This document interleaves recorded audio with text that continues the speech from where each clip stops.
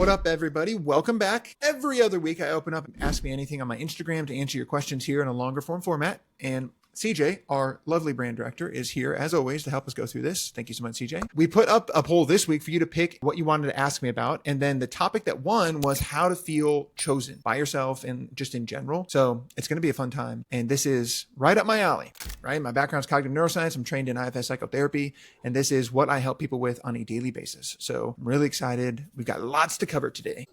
Yep. And as Cody mentioned, I am the brand director. So I'm the one here that is filtering your questions from the DMs and putting them in front of him. This week, like I said, we're going deep on your questions about being chosen, and we're going to go ahead and get into what that means right now with question 1, which was, what does being chosen mean and what does it look like? This is a wild time. I love that this is the first question. We've been handed a faulty map. Society has tricked us into believing what being chosen is, what loving yourself looks like.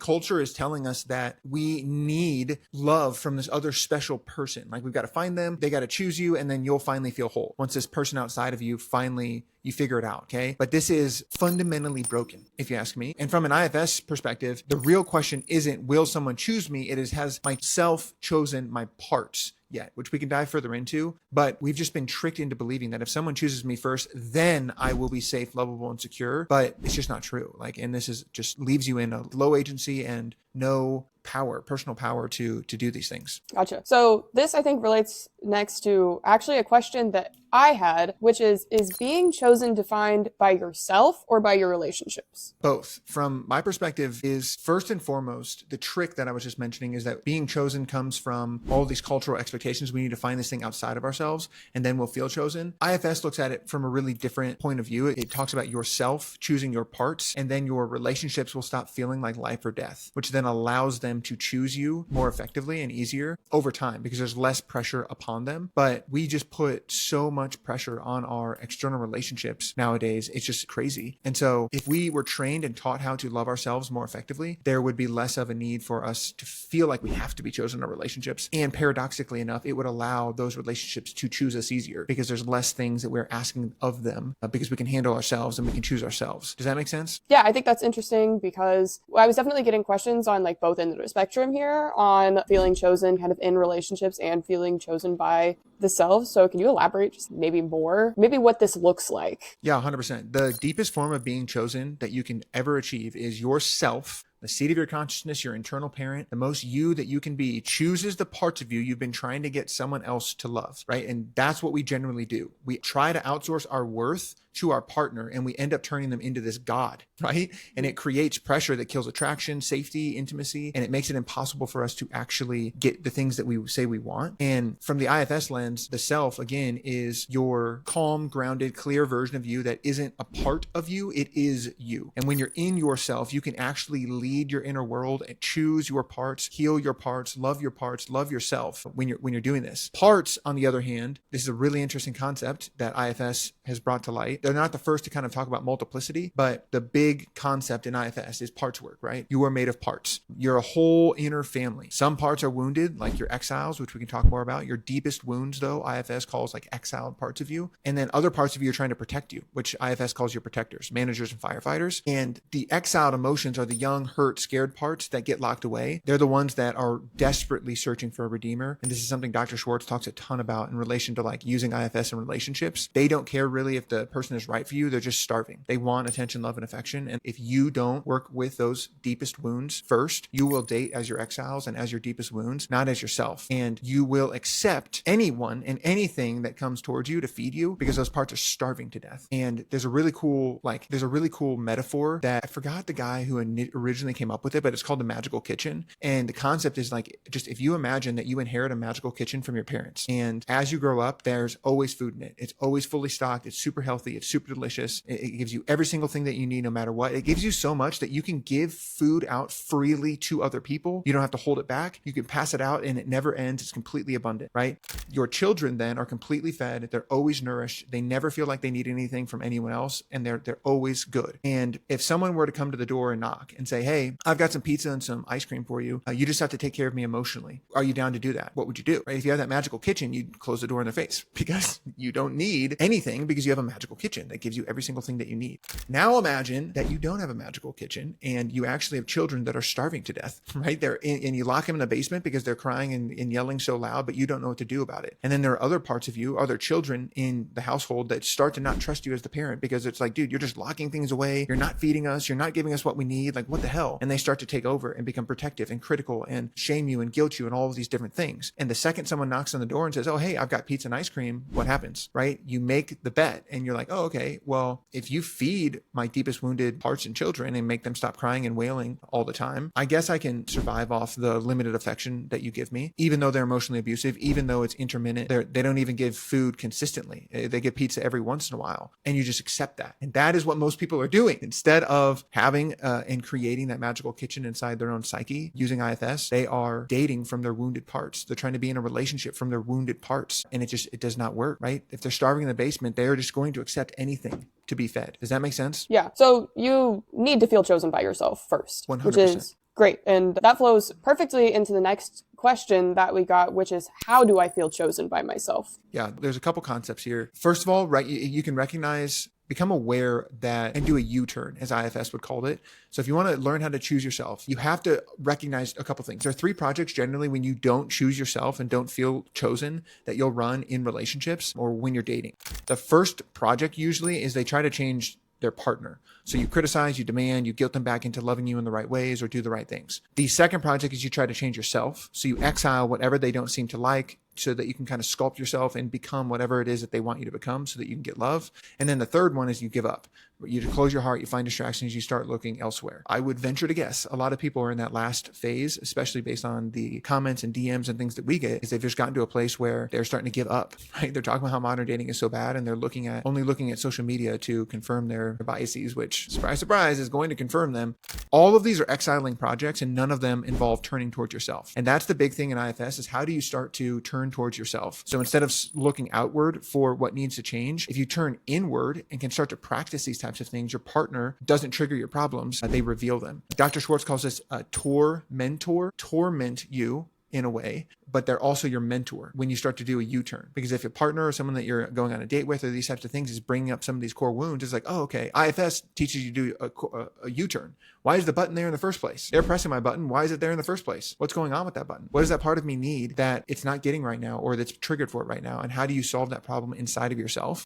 And so being chosen in the deepest sense isn't, again, by finding someone who finally sees you. It's about finally seeing the parts of yourself that you've been abandoning, the parts that you've put in that basement of your house that has the magical kitchen. When you do that work, that desperation leaves the room and then you can start to actually, real intimacy becomes possible because neither person is having to rescue the other. Your partner's not your parent and your relationship is not your trauma rehab center. That's what we want from our partners these days, oftentimes, but that's just inherently a really hard place for a partner to get to. And so you are going out and about trying to find these types of things when what you really need to be doing is choosing yourself. There's a couple things that you can do here to catch these things, to actually really move into choosing yourself. The first one is to catch self-abandonment in real time, like for real. Like just ask yourself, is what I'm about to do, is it going to cost me just to keep connection, right? It's not fixing, it's not awareness. It's nothing other than awareness yet. If the answer is not speaking up, overgiving, people pleasing, betraying your boundaries, saying yes to something you want to say no to, there's a wound there. Okay, so that's just the first step, is kind of becoming aware of, IFS would call them parts. You don't have to call them parts to become aware of the patterns and the behaviors. The next thing is to start to choose yourself in little micro reps. This doesn't mean you have to blow up relationships, cut everybody off, or do all this wild stuff that they talk about online. Like it can be really small stuff. Just saying, hey, let me think about that,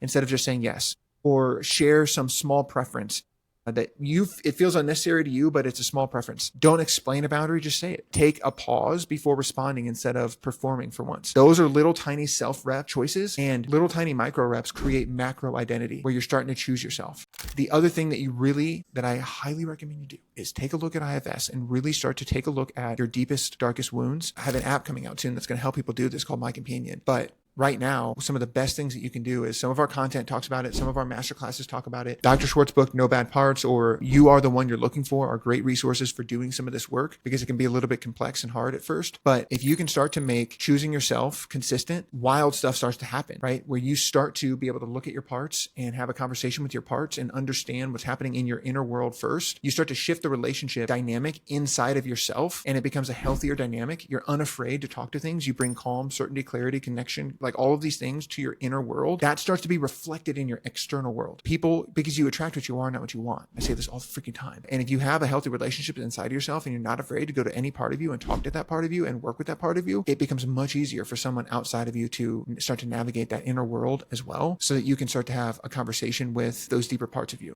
Those are a couple things. We can talk a little bit more about that IFS process and what I would suggest, like hyper specifically, if you'd like. But any questions on that before we get into that? No, I don't think so. And of course, we will link all of those resources in the description below. So make sure to check that out. What up? Interrupting our normal programming to announce Mind Brain Body Lab's first sponsor, Apollo Neuro. This tool I have been using for years, and I recommend it to all of my clients. Apollo is the only wearable that trains your nervous system to bounce back from stress naturally without pills. Okay, if you fall asleep fast but wake up at 2 a.m. with your mind racing, like I do sometimes, did last night even, or your wearable, like Whoop, Apple Watch, or whatever, is telling you that you're stressed without actually helping you, this is for you. Apollo doesn't just track your stress and sleep. It acts and is built on a decade of neuroscience research. It learns your stress patterns, calms your nervous system in real time, and helps you stay asleep using subtle vibrations. Users get up to 60 extra minutes of sleep a night, plus 40% less stress and 25% better focus. Apollo was just featured in Forbes for their vagus nerve science, and they just published a randomized pilot study suggesting it's the first wearable that helps prevent burnout. Mind Brain Body Lab subscribers get $99 off. Just hit the link in the description to grab yours. Let's dive back in. Generally, if you want to do some of this stuff, it's great to have an IFS practitioner, but what you can really start to do on your own is really find the deal that you made to survive, right? And this is where generally this deal was made with the guy with pizza and candy. Like, where were some of those original things made where you started to overfunction to, like, in love and find these things, right? You adapted. And it's usually really, really early that, again, your system made some kind of deal that's like, if I'm easy, I won't be left. If I don't need much, I won't be a burden. If I stay quiet, then I can stay connected. If I take care of them, someone might take care of me later. These deals helped you survive once, but it's where most people get stuck, right? Because they never confront these things. They don't go back to the little kid that made that contract and made that deal and update it, that we're older now, right? Adult relationships keep reopening that wound because those deals that those parts of you made don't work anymore. Your parts just don't know that yet. And so, like, how do you renegotiate those contracts with these parts of you? IFS has a really clear process for this. It's not by affirming it. It's by updating this part that's operating on old information. So there's a way to do that.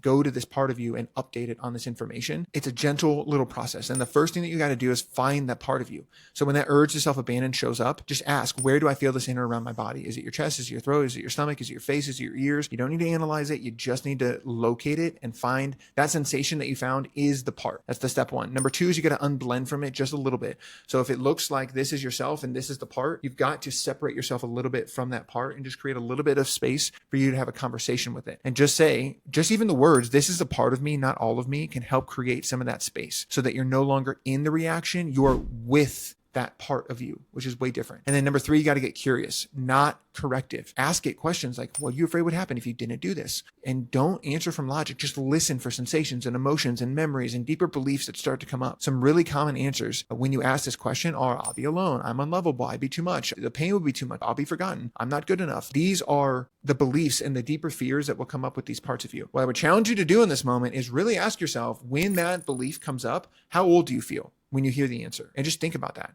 Generally, this shows you how old the part believes you are, or when the age that it made the deal that we're trying to renegotiate right now. And then the last place, once you figure that out, is you got to update this part, right? And this is where you just say it slowly. I understand that you learned this when we didn't have any better options. And then just update it. I'm not actually that age anymore. Here's how old I am. Here's what the resources, skills, and all the things that I have available to me now. I have more capacity now. I can survive disappointment without disappearing. It's not hype. It's not reassurance. You're just clear, compassionate, self-energy. That is it, right? It's not about getting rid of the part. It's just about letting it know that this strategy saved us back then, but it's costing us now, and you're allowed to choose differently now. That is it. That's the rep. It's not feeling better, not feeling chosen. It's just staying present with the self-betrayal first and choosing to be in that moment with that part of you.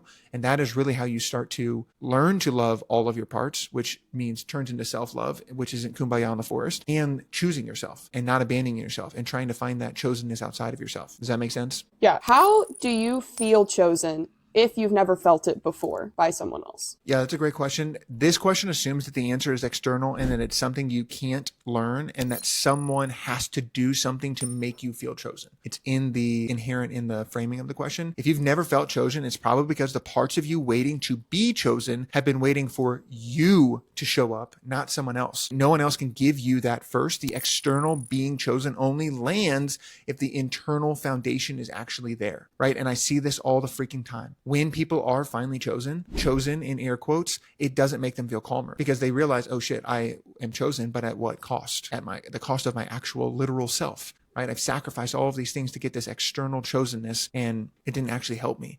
The other thing that if you've never felt chosen, the other thing that's probably really likely is you have young parts that are stuck in moments where they weren't chosen. Maybe it was by a parent, a peer group, or an early relationship or something like that, that they really weren't chosen. Those parts of them were not chosen. And those parts are kind of frozen in that experience. Those are those exiles that we've been talking about. And they carry that belief that I'm not worthy of being chosen.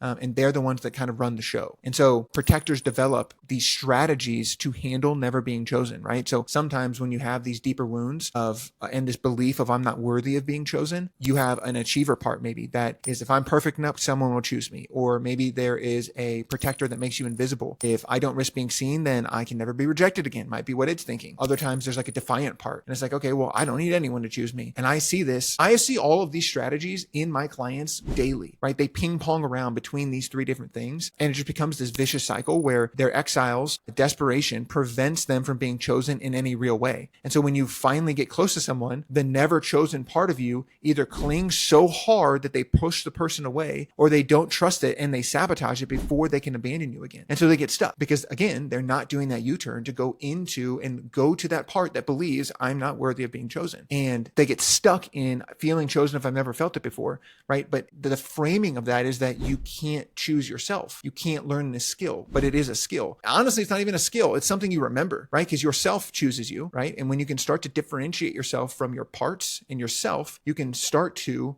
have yourself choose your parts. And it just knows how to do that. It is something you are remembering. It is not a skill that you have to learn to develop in the same way, right? You have to uncover that ability by unblending and working with enough of your parts and some of your protectors, especially, but getting to those deeper wounds. And that's how you can start to feel chosen if you've never felt it before, because it's in you. You have this ability. It's a state of being. Being chosen is not a doing thing. It's a being thing, right? So you just have to uncover that state of unconditional love and acceptance inside of yourself. And that lives inside of you. And again, you do this by doing that U-turn practice. So instead of asking, how do I get someone to choose me? You start to ask, what part of me believes I'm not worthy of being chosen? Where did that part learn that? What does this part need from me, right? You go inside, find the exile carrying the I'm unchosen part or belief, witness what happened to it, and be the person who finally chooses it, right? And it's not with affirmations. It's not with kumbaya on the forest. It's not shouting in a mirror. It's with presence. I see you, I'm staying, and you don't have to keep proving your worth. That's yourself to your parts. And again, you can do this yourself if you'd like. If you're going to an exile, you absolutely need to work with an IFS practitioner. Disclaimer, but you can have that conversation and they can help bring yourself to those parts. And yourself, when you are truly in yourself, that state of being, you know how to choose yourself. You're not broken. You just forgot. And you got to remember, and yourself knows how to do it. Does that make sense? Yeah, I'm going to ask a follow-up question. So let's say I've done a lot of the inner work and I'm kind of ready to feel some of that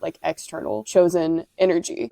What should I be prepared to come up when that happens if I've never felt chosen before? Well, the beautiful part is if you have really done some of that deeper work with yourself and really learned how to choose yourself, hopefully the things that would potentially come up would be things that you have a relationship with and you've talked to and communicated with. And so when they pop up, they're unburdened and they're no longer starving. If, however, you're going out before you're maybe a little bit ready and you still have some of the kids in the basement that are starving for attention, love, affection, worthiness, being chosen, what you're describing might come up are some of those deeper wounds. And the other thing that getting into relationships can bring up is all sorts of deeper stuff. Maybe you got to the part that feels unchosen, but there's one that felt rejected or humiliated or abandoned or emotional pain or physical pain or sexual assault or some type of thing like that. Some deeper stuff that has been hidden from you thus far. Being in a relationship and starting to get back out there, again, can be a mentor. And so being able to understand that what someone else kind of brings up inside of you is the space for you to create and do a U-turn is a really powerful place to be. But if you have that self-love for yourself, yourself and you've developed that relationship with yourself and your parts,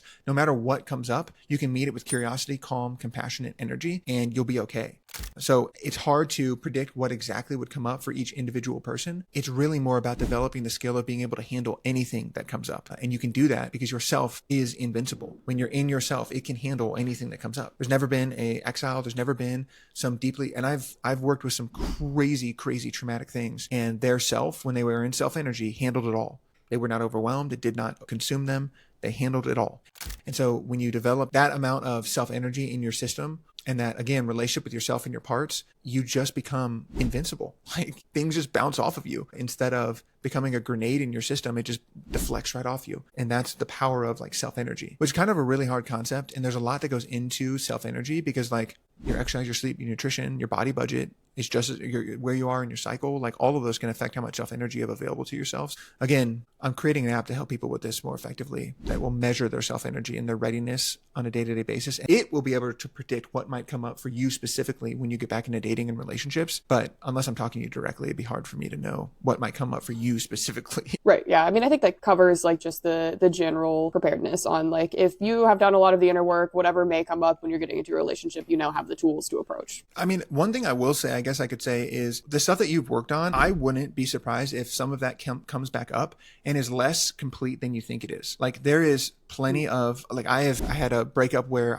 it was just completely blindsiding, and I couldn't have predicted it. I felt completely abandoned, and I thought I'd done a lot of work on that abandonment wound and worked on that stuff, but this exploded it out of my chest, and I was like, whoa, like, there's a lot more there than I thought there was. And then it's been almost a year now since that breakup, but the healing that I've been doing, like, after that, and working with that abandonment wound, that deeper wound, is still something as I go out and dating that I find, oh, okay, like, I've done a lot of work with this abandonment wound now post that breakup, and I've got a lot of love for it, and I've connected with it in a different way. But when I started to date again, there was still some stuff that would come up that would bring up these like catastrophizing thoughts in my head, or these fears that sprinkled up from this part of me. And that part of me just needed some extra attention, love, and affection from myself. And that's something that I've noticed. And so I guess one way that you could think about this is like, what wounds have been lit up in the past for you? What work have you done in the past by yourself? And those might be things that could be lit back up when you get back into a relationship and when you bring that stuff back out. And that could kind of give you like a predictor of what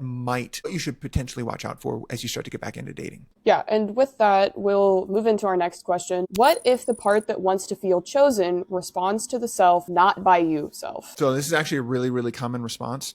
I'm going to go deep into some IFS stuff here, like 500 level stuff. So maybe we can drop an IFS overview in the description to help people with some of like the more advanced stuff. But this is actually a really common response when you first approach an exile or this deeper part that doesn't feel chosen. Usually the not by you is actually the part that is protecting you, because it's you've been the one exiling it, criticizing it, abandoning it. So why would it trust you now? And this is where most people give up, but this is actually where the work begins, right? Because what's generally going on here is that this not by you is a protective part. It's not actually the exile. It's not the one that wants to be chosen. It is a protector that is in front of the exile. So it's essentially saying, not today, no thank you. Not going to let you pass and to go talk to this exiled part because previously you've heard it or you've exiled it, right? And so it is usually when this is happening, oftentimes it is a protector that does not want you to get past, which makes sense. It just, that protector does not trust you yet because you're the one who originally locked away that exile. And it's this protector's job to keep that deepest part of you safe. And so sometimes it takes understanding that and being able to unblend from that protector part and have a conversation with that protector part. Be like, hey, what are you afraid would happen if I went to that exile part? Oh, well, you would hurt it, or it would get overwhelming, or you wouldn't need me anymore. Really common things that come up for protectors in these moments are those sentences, and just reassure it and build some trust with it and give that protective part of you some space and some safety so that it can start to trust you, right? You're not trying to force it. You're not trying to argue with it. The absolute worst thing that you could possibly freaking do, just respect the boundary. Okay, I hear you. You don't want help from me. Can I ask you why? And just be curious with that protective part of you. Sometimes it can be an exile that just learned to distrust. Some exiles, they have just been hurt so many times by you ignoring them or shaming them or trying to fix them. And they just genuinely are terrified of you. And they're starting to equate your presence with pain. They want rescue from the outside because the outside is all they've ever been able to hope for. They have never had a healthy relationship with yourself. because of how many times they've been hurt, right? Or times you've brought them up and given them hope and then shot them back down. That just takes time, and it takes presence and patience and persistence. Those are some of the 5 P's of self, to be with this part and help slowly but surely build that relationship. And I would recommend doing that with an IFS practitioner, especially if you're talking directly with an exile, because in either of these situations, a good IFS practitioner, I would clock the first statement, not by you, as a protector, first and foremost.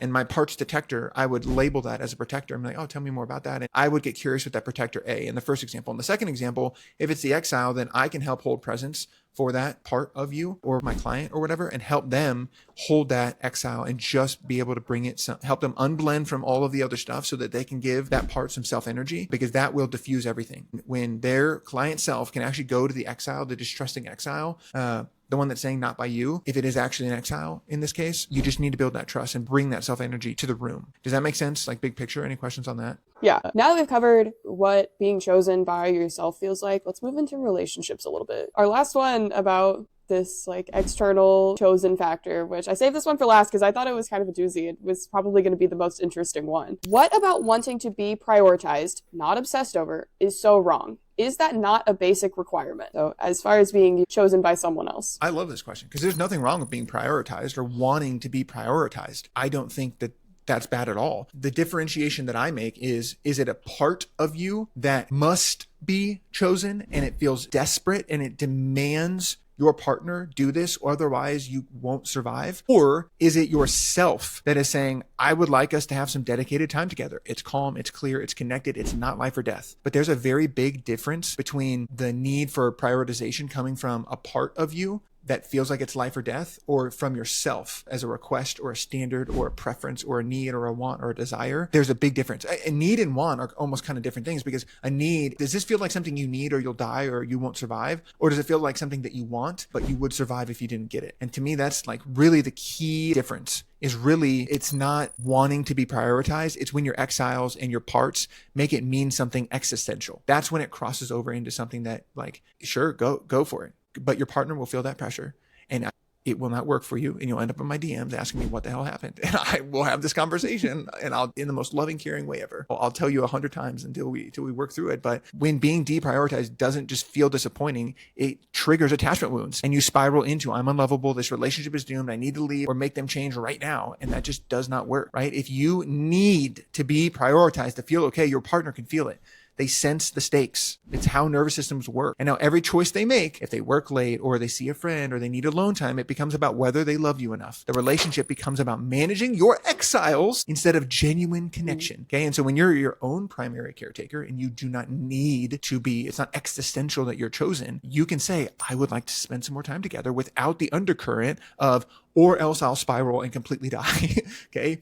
This way your partner doesn't feel controlled, right? You don't feel abandoned. It is just a conversation that you can have about this. So I don't think it's wrong to want to be prioritized at all. But if the lack of prioritization sends you into free fall, that's your cue that there's probably some deeper work there to be done and to have a conversation with that part of you. The work isn't to demand more from your partner. It's really to ask, which part of me is drowning right now? And how can I be there for it before going out into the external world to try and get some of these things? Does that make sense? Yeah, that makes sense. And I mean, I think that's probably a surprising answer. I do want to follow up just to make sure we're, getting the right information out there as far as like what this looks like in a relationship. Is how do you know whether it's a need or a problem in the relationship? Just because I know that we've talked a lot about avoidant people, right? If you're with an avoidant partner, for example, how do you know, like, okay, well, this avoidance is bothering me, or it's my internal need that's bothering me? That's a great question. Once you become more self-led yourself and less reactive and less parts-led, you become a better detector for other people's parts as well. When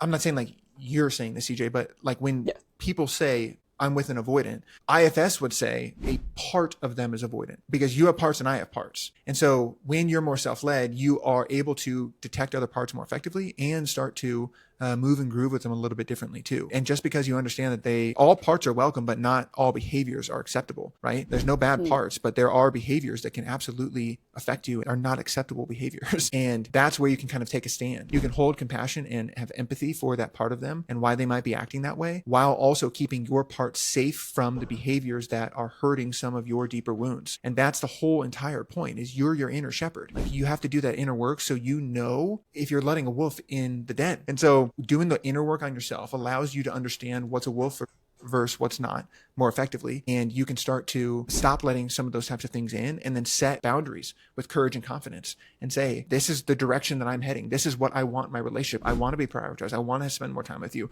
I don't want to be minimized. I don't want to be yelled at. Here's what I expect. And then watch behavior. And if the behavior doesn't change, oh, okay, that part of them still needs some work. It has nothing to do with me or my enoughness or my worthiness. They need to work with that part. It's not my job to work with that part with them. If they're unwilling to do that work themselves, okay, I'm going to see myself out, and you can make a peaceful exit. And that's absolutely an okay thing to do.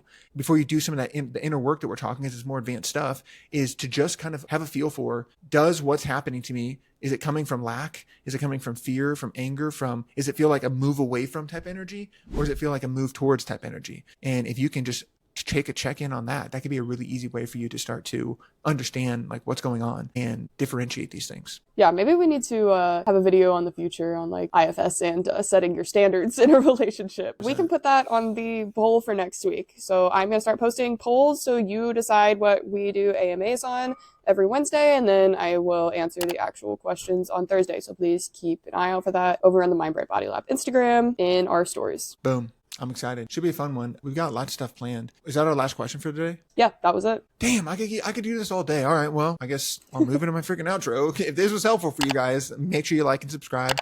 And go drop some more questions on those things, or DM me, because I'll send those to CJ as well, so that we can answer more of your questions. Appreciate y'all hopping in here. And if there's anything you need, hit us up in the comments or the DMs. Thank you so much. Peace.